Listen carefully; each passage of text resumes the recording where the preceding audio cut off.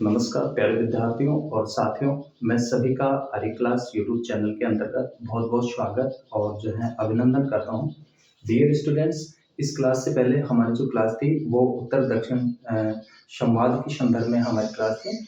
और देखिए जो भूगोल नेता हैं उन्होंने राजनीतिक दृष्टि से जो है जो बात की है, जो बाँटा है पृथ्वी को 2 गोलार्धों में बाँटा है, एक उत्तरी गोलार्ध और एक दक्षिणी गोलार्ध। तो उत्तरी गोलार्ध जो है वो अमीर देशों का प्रतीक है और जबकि दक्षिणी गोलार्ध में निर्धन और तीसरी दुनिया और विकासशील देश आते हैं। तो विकासशील देशों ने इस बात की आवश्यकता को महसूस किया कि विकसित देशों के साथ संवाद करके, उनसे परस्पर बातचीत करके, उनका सहयोग प्राप्त करके और जो है आत्मनिर्भर और जो है विकसित बना जा सकता है। तो उस दिशा में जो प्रयास किए गए उसको उत्तर दक्षिण संवाद के नाम से जानते हैं। आज जो हम बात करने वाले हैं वो दक्षिण दक्षिण सहयोग के संदर्भ में हम बात करेंगे। देखिए कि आज आर्थिक और राजनीतिक क्षेत्र में जो दुनिया है उसको जो है 2 भागों में बटी हुई है और इसमें उत्तर और दक्षिण, उत्तर अमीर देशों का प्रतीक है जबकि दक्षिण में गरीब अर्थात विकासशील देश आते हैं। अब बात करते हैं अपन दक्षिण दक्षिण सहयोग से तात्पर्य। दक्षिण दक्षिण दक्षिण सहयोग से अभिप्राय या जो तात्पर्य है, अभिप्राय है। ध्यान देना कि दक्षिण दक्षिण सहयोग से जो अभिप्राय है वो मोस्टली रूप में कि विकासशील देशों में आपसी सहयोग को बढ़ावा देना है। विकासशील देशों में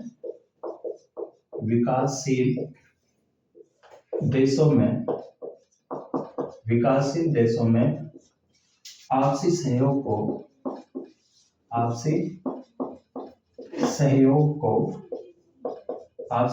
को बढ़ावा देना है। ठीक है, आपसी सहयोग को क्या देना है? बढ़ावा देना है कि जो दक्षिण गोलार्ध के जो देश हैं वो आपस में जो है एक दूसरे का सहयोग करें और इस सहयोग को बढ़ावा देना है। इसके अलावा आर्थिक व तकनीकी आत्मनिर्भरता को तथा आर्थिक व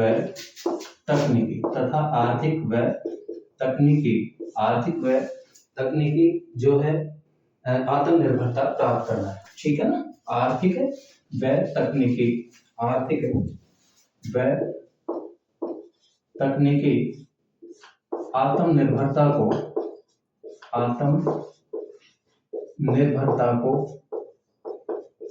आत्मनिर्भरता को प्राप्त करना है। ठीक है, देखिए क्या अभिप्राय हुआ कि दक्षिण दक्षिण जो सहयोग से जो मतलब है, इसका जो मीन्स है, अभिप्राय है कि विकासशील देशों में आपसी सहयोग को बढ़ावा देना है तथा आर्थिक व तकनीकी आत्मनिर्भरता को प्राप्त करना है। विकासशील व अल्प विकसित देशों को दक्षिण के देशों के नाम से जाना जाता है क्योंकि इनमें अधिकांश जो देश हैं वो दक्षिणी गोलार्ध में, कौन से गोलार्ध में है? दक्षिणी गोलार्ध में है। दक्षिण दक्षिणी सहयोग का जो मतलब कि दक्षिण दक्षिणी अर्थात विकासशील देशों के मध्य आर्थिक सहयोग के लिए विचार विमर्श तथा आपसी सहयोग के आधार की खोज करना है और नई अंतर्राष्ट्रीय आर्थिक व्यवस्था की स्थापना के लिए उत्तर दक्षिण सहयोग के प्रयास भी किए गए थे, लेकिन धनी विकसित देशों की हठधर्मिता और अड़ियल रोक के कारण कोई भी उत्साहजनक परिणाम नहीं निकले और विकासशील देशों की निर्धनता बढ़ती गई। देखिए विकासशील जो देश हैं उन पर ऋणों का भार बढ़ता चला जाता है और इसके अलावा बजट घाटा बढ़ता गया, व्यापार में असंतुलन बना रहा। तो उत्तर दक्षिण सहयोग की मर्ग मरीचिका के पीछे भागने के बजाय दक्षिण गोलार्ध के जो विकासशील जो राष्ट्र है उन्होंने अपने त्वरित आर्थिक विकास के लिए दक्षिण दक्षिण आपसी सहयोग पर जोर देना प्रारंभ कर दिया और दक्षिण दक्षिण सहयोग इस बात को इंगित करता है कि विकासशील राष्ट्रों को उत्तरी गोलार्ध के विकसित राष्ट्रों पर अपने आर्थिक विकास के लिए निर्भर न होकर के विकासशील राष्ट्रों में ही आर्थिक सहयोग के ऐसे प्रयास किए जाए जिससे वो आत्मनिर्भर बन सके। दक्षिण गोलार्ध के विकासशील निर्धन राष्ट्रों में लगातार बनी रहने वाली मंदी की स्थिति, उत्तर दक्षिण वार्ताओं में गतिरोध की स्थिति, विश्व स्तर की आर्थिक संस्थाओं की अकर्मण्यता ने विकासशील राष्ट्रों के लिए दक्षिण दक्षिण सहयोग का नारा बुलंद करना अनिवार्य सा बना दिया। ठीक है ना, तो प्यारे विद्यार्थियों और प्रिय साथियों, देखिए दक्षिण दक्षिण सहयोग और दक्षिण दक्षिण सहयोग का जो मतलब है कि विकासशील देशों में ये जो भूगोलवेत्ता है उन्होंने दो भागों में बांटा है, एक उत्तरी गोलार्ध में और एक दक्षिणी गोलार्ध में। जो उत्तरी जो गोलार्ध है उसमें विकसित और जो है संपन्न राष्ट्र आते हैं, जबकि दक्षिण जो गोलार्ध है उसमें विकासशील और तीसरी दुनिया के देश आते हैं। और इन दोनों के बीच में जो संवाद चला, जो पहले जो प्रयास किया गया उसको उत्तर दक्षिण संवाद के नाम से जाना जाता है, जबकि दक्षिण गोलार्ध में ज्यादातर जो देश आते हैं वो विकासशील और तीसरी दुनिया के देश आते हैं। तो इन देशों ने इस आवश्यकता पर बल दिया, इस आवश्यकता को समझा कि हम आपस में सहयोग करके एक दूसरे का, और जो है इस प्रकार से हम आपस में सहयोग को बढ़ावा दे करके और आर्थिक और तकनीकी आत्म जो निर्भरता है उसको प्राप्त किया जा सकता है। और इस दिशा में जो कदम उठाए गए उसको दक्षिण दक्षिण सहयोग के नाम से अंतर्राष्ट्रीय राजनीति में जाना जाता है। इसके बाद में देखिए कि जो 1945 के बाद विश्व की राजनीति की शब्दावली में दो भागों में उत्तर विकसित और दक्षिण विकासशील देशों में बढ़ गया। उत्तर में सभी साम्राज्यवादी ताकतें और विश्व विकसित धनी देश थे, दक्षिण में साम्राज्यवादी शोषण के शिकार रहे गरीब देश थे। जब इन देशों ने स्वतंत्रता प्राप्त की तो इन्होंने अपने को आर्थिक पिछड़ेपन की समस्या से ग्रस्त पाया। ठीक है, स्वतंत्र अंतर्राष्ट्रीय संबंधों के निर्वहन में आर्थिक साधनों की कमी इनके आड़े आई। ऐसी स्थिति में अंतर्राष्ट्रीय संबंधों को अधिक प्रासंगिक बनाने के लिए इन्होंने नई अंतर्राष्ट्रीय अर्थव्यवस्था, जिसको नियो के नाम से जानते हैं, उसकी स्थापना के लिए उत्तर के देशों से उदार रवैया अपनाने का आग्रह किया। इसके परिणाम स्वरूप उत्तर दक्षिण सहयोग के प्रयास शुरू हुए, लेकिन सकारात्मक परिणाम नहीं निकले और विकासशील देशों ने विकसित देशों के साथ सहयोग की बजाय आपसी सहयोग यानी दक्षिण दक्षिण सहयोग की क्या की शुरुआत की, और इसके लिए आपसी विचार विमर्श की प्रक्रिया प्रारंभ हुई। अर्थात दक्षिण दक्षिण संवाद का क्या होता है, प्रारंभ होता है, उदय होता है, इस बात का जो है उद्भव हुआ। और इसके कारण विकासशील देशों में आत्मनिर्भरता के जो प्रयास हुए उनमें जो है तेजी लाई गई। विकासशील देशों को दक्षिण दक्षिण संवाद की प्रक्रिया द्वारा आत्मनिर्भर बनाने और उनकी विकसित देशों पर निर्भरता कम करने की प्रक्रिया दक्षिण दक्षिण सहयोग के नाम से जानी जाती है। दक्षिण दक्षिण सहयोग के परिणाम स्वरूप विकासशील देशों में एक नए युग का सूत्रपात होता है, जिसके अंतर्गत तकनीकी आदान प्रदान की प्रक्रिया तेज हुई और अति पिछड़े हुए राष्ट्र भी इसका लाभ उठा करके अधिक विकासशील देशों की श्रेणी में शामिल होने लगे। किसके माध्यम से? दक्षिण दक्षिण संवाद के माध्यम से।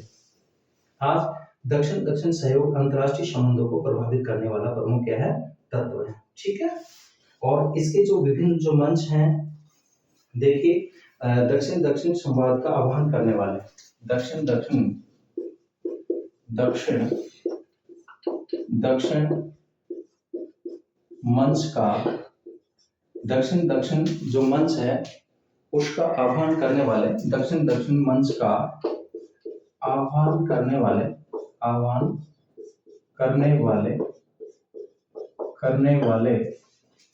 प्रमुख मंच। ठीक है, ये मंच के इनके माध्यम से जो है आह्वान किया गया, किस बात के लिए? दक्षिण दक्षिण सहयोग के लिए। और प्रमुख जो मंच है उनमें प्रिय स्टूडेंट्स, एक तो अंकटाड सम्मेलन, ध्यान रखना, अंकटाड सम्मेलन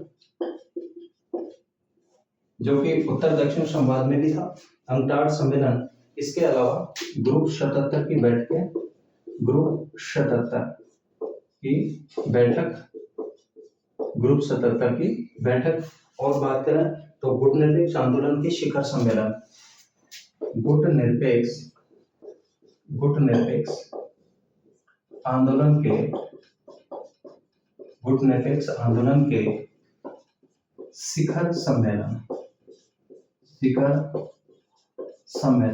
डियर स्टूडेंट्स, गुटनिरपेक्ष आंदोलन का प्रथम जो शिखर सम्मेलन होता है वो 1961 में हुआ, और जिसको नाम के नाम से भी जाना जाता है कि सेकंड वर्ल्ड वॉर के बाद में हमारी जो अंतर्राष्ट्रीय जो राजनीति है, और अंतर्राष्ट्रीय राजनीति में गुटीय राजनीति प्रारंभ होती है, और विश्व की राजनीति जो है दो गुटों में विभक्त हो जाती हैं, जिसमें सैन्य गुटों का प्रादुर्भाव होता है। एक तो जो है अमेरिका के नेतृत्व में, और एक जो है सोवियत संघ या यूएसएसआर के नेतृत्व में। अमेरिका ने जो है अप्रैल 1949 में नाटो का गठन किया था, और उसके जवाब में सोवियत संघ के द्वारा वार्सा पैक्ट बनाया जाता है।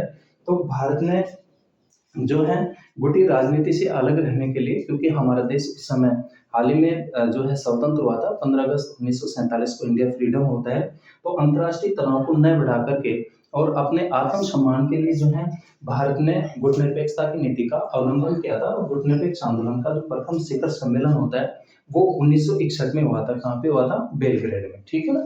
तो गुटनिरपेक्ष जो है वो भी दक्षिण दक्षिण जो संवाद है उसका एक प्रमुख मंच के रूप में जो है इसने कार्य किया है। तो गुटनिरपेक्ष आंदोलन के शिखर सम्मेलन, इसके अलावा G15 सम्मेलन, दक्षिण आयोग, आसियान, सार्क, हिम तत्सम, बिम्स्टेक तथा इब्सा G3 का जो गठन है, तो ये मोस्टली रूप में जो है ये दक्षिण दक्षिणी सहयोग के प्रमुख रूप से जो है क्या है मंच है। और डियर स्टूडेंट्स, इसके लिए इन मंचों के माध्यम से जो है परस्पर जो दक्षिण दक्षिण जो गोलार्ध के जो देश हैं वो आपसी सहयोग पर बल देते हैं कि परस्पर एक दूसरे की मदद की जाए और मदद के माध्यम से जो है आत्मनिर्भर बना जा सके। और तो मोस्टली रूप में दक्षिण दक्षिणी सहयोग से जो अभिप्राय है वो विकासशील देशों में आपसी सहयोग को क्या देना है? बढ़ावा देना है और आर्थिक और तकनीकी आत्मनिर्भरता को क्या करना है? प्राप्त करना है। ठीक है ना? विभिन्न मंचों के माध्यम से दक्षिण दक्षिण सहयोग के लिए, संवाद के लिए जो है प्रयास किए जा रहे हैं। तो डियर स्टूडेंट्स, प्यारे साथियों, मेरे द्वारा जो आपको समय समय पर पॉलिटी से संबंधित और जीके से संबंधित कंटेंट उपलब्ध कराए जा रहे हैं, मैं उम्मीद करता हूँ आपके लिए परीक्षा उपयोगी होंगे। निश्चित रूप में प्यारे विद्यार्थियों, आप लगातार मेहनत जारी रखें, सफलता निश्चित रूप में आपको मिलेगी, इस बात की मैं उम्मीद करता हूँ। प्यारे विद्यार्थियों, मुझे मोटिवेट करने के लिए आपका लाइक, सब्सक्राइब और शेयर मेरे लिए महत्वपूर्ण है। तो आप क्लास को लाइक करें, सब्सक्राइब करें और शेयर करें। मिलते हैं नेक्स्ट क्लास में, तब तक सभी विद्यार्थियों और मित्रों का बहुत बहुत आभार, धन्यवाद।